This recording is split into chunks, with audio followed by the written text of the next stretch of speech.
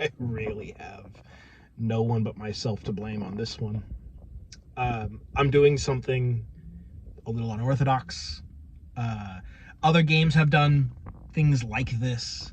It is nevertheless a very difficult thing to really wrap your head around and come to grips with the effects that it has on the overall game design. What am I talking about? You've seen the title of the video, so you know already I'm talking about non-numerical damage systems. How to model injury for players or NPCs that in a way that isn't filling in a number of bubbles. It doesn't involve like a numerical representation of damage at any stage in the process. So clearly I'm using a wound system. I believe I've talked about this before. I have this idea of, bruised, battered, and broken as like the 3 stages of injury before a character is defeated. This is nothing new. It's nothing revolutionary. Lots of games do similar things where basically you have 3 stages of injury before you go down. Fine. So far, so not D&D, but it's ground that has been tread before. NPCs in Code World don't do this. They have they get conditions, they get statuses, they get I think I generally call them conditions, that get put on them by player characters. And under certain circumstances, maybe they will be defeated. But for the most part, the default assumption is that NPCs stick around. They might get disabled so that they can't do anything. They have to, spend time to recover, and by that time, the end of the scene may have arrived. But in both cases, at no point are you saying like 5 damage, or that I hit for 3, or anything like that. That never happens. And the implications for not using this kind of standardized gamist lingo are far-reaching and interesting, and I'm kind of discovering this as I go. And I find it just a fascinating thing to think about in terms of like combat mechanics and consequences and such. Because most of the time, we want the player characters to succeed, right? Most of the time. I'm kind of aiming for, in any given scene, I want the player characters to win about 2/3 of the time. Which means that their chances of victory in any given mission, which may be, 3-ish scenes long, gets cut down a bit. It's going to be a little less than 50% chance of succeeding on a mission, which is to represent that although the characters are extremely powerful, they are up against even more powerful odds, like or more powerful opposition, and so their odds are pretty low. I couldn't tell you off the top of my head what 2/3 to the power 3 is, but that's roughly going to be their chances of success. It might vary from there, but that's kind of where I'm aiming at. Like in any specific scene, the characters should succeed, but over a mission, they are more likely to fail because they have to succeed multiple times in order to do that. As a result, we want the player characters to survive, right? And I've talked before about how death is opt-in this system, so that's fine. Like we know that the characters are going to persist in the narrative, but what I'm talking about is that if all the player characters get defeated, that is kind of a de facto loss condition. In addition to any other loss conditions that may be specific to the scene. So we know that we want characters to be durable enough to sustain all the various bad things that are happening to them, which means since you only have basically 3 slots for injury, like there's not a lot of wiggle room in there. Like, we can't just be saying, like, every time something bad happens to you, it's an injury, because player characters simply cannot sustain that many injuries. So it forces us to become more creative with our consequences, to look to other aspects of the narrative: loss of gear, loss of allies, loss of various other assets, putting allies in positions of risk, delay, ticking up a troublesome clock, that kind of thing.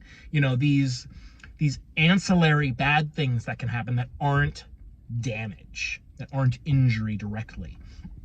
And that kind of thing is very interesting, and it is unusual to work in. It's not something that I'm accustomed to, having done a lot of like homebrew content for various editions of D&D, and for when I did Song and Steel. Like these are all like largely the bad stuff that happens to you is an amount of damage, right? There may be conditions that are put on you as well.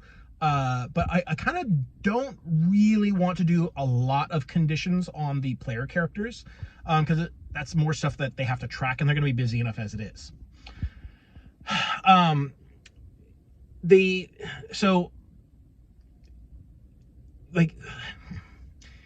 It also comes up when you want to differentiate between like durable characters and less durable characters.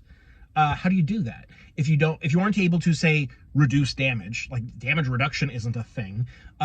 There's no like armor class. There's no like changing the target number to hit on you, because it's all based on the attacker's stats, and the difficulties are all completely flat. So just one success and you got it.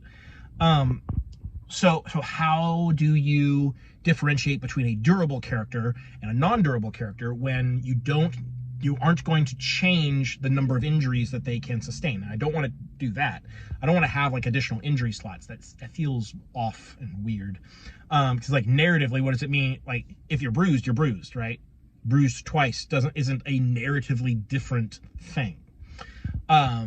So these are things that I'm not struggling with. I'm thrilled to be dealing with them, but it is something that I have to grapple with and sort of sink my teeth into, and I'm having to wrestle it into place in a way that is taking up kind of a lot of thought. Like a lot of my sort of passive brain power, whenever I'm daydreaming about Code World and the various systems that I want to implement, like these are the things that I'm often going to, because it is a puzzle that is, I think, going to be a part of this design from beginning to end. Like, I don't know that I'm ever going to necessarily come up with a solution that is like immediately obvious, like that is simple enough to be intuitive to someone on a first thought. I don't think that is going to happen.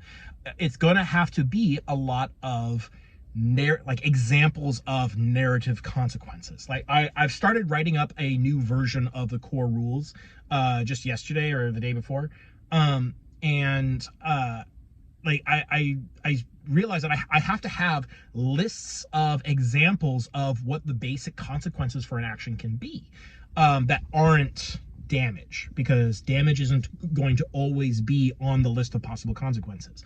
Only if an action is considered dangerous, which is going to be assigned narratively.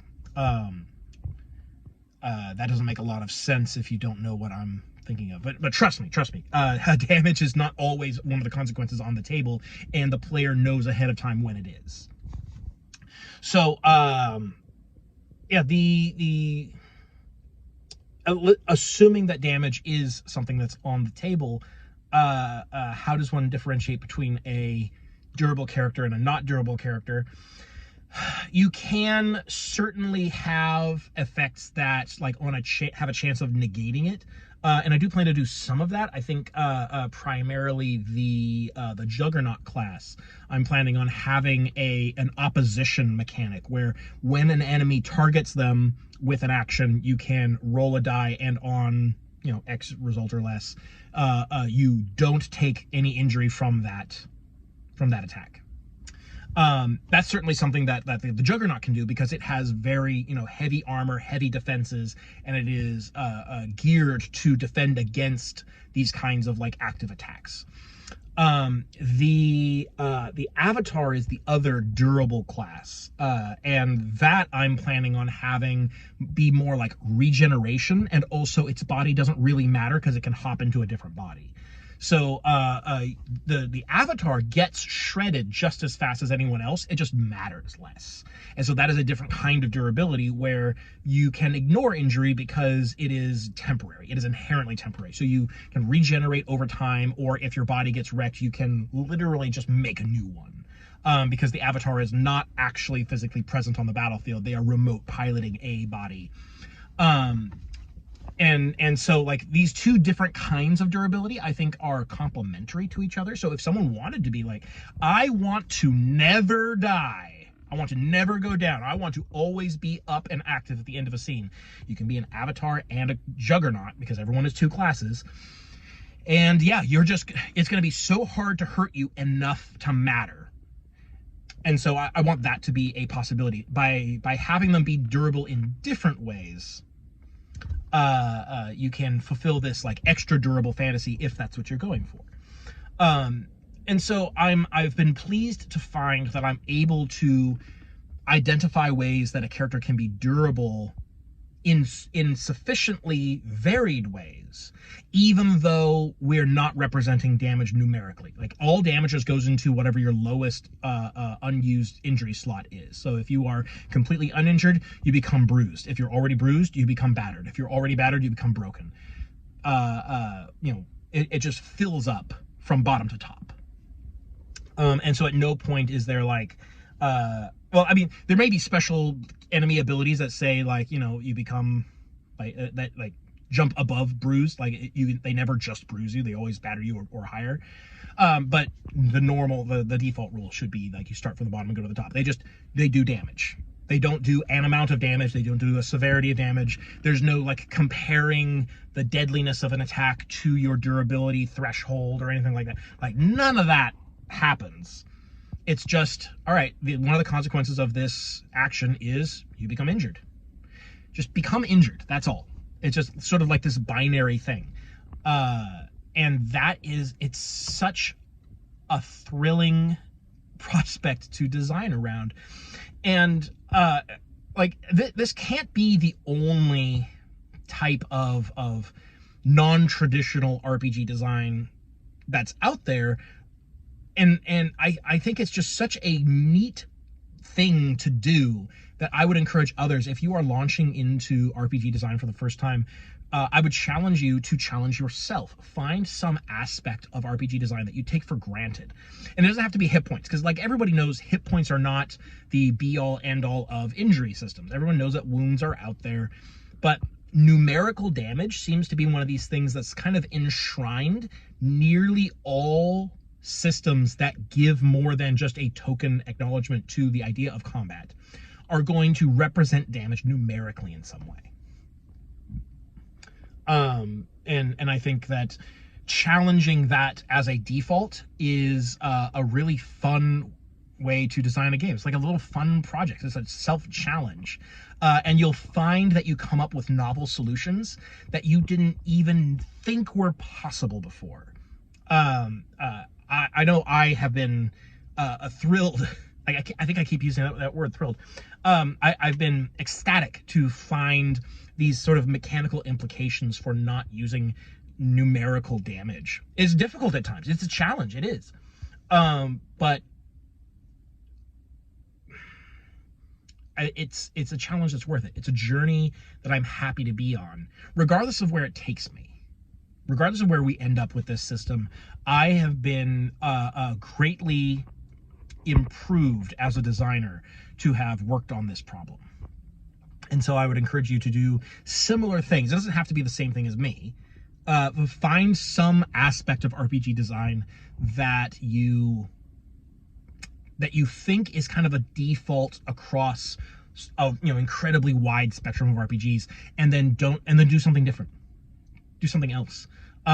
This obviously, if you don't have specific design goals in mind for this aspect of your game, because obviously the design goals come first. But if you're just tooling around, like trying to mess around with game design to see what works and what doesn't, give it a try. I think you'll be as pleased as I am.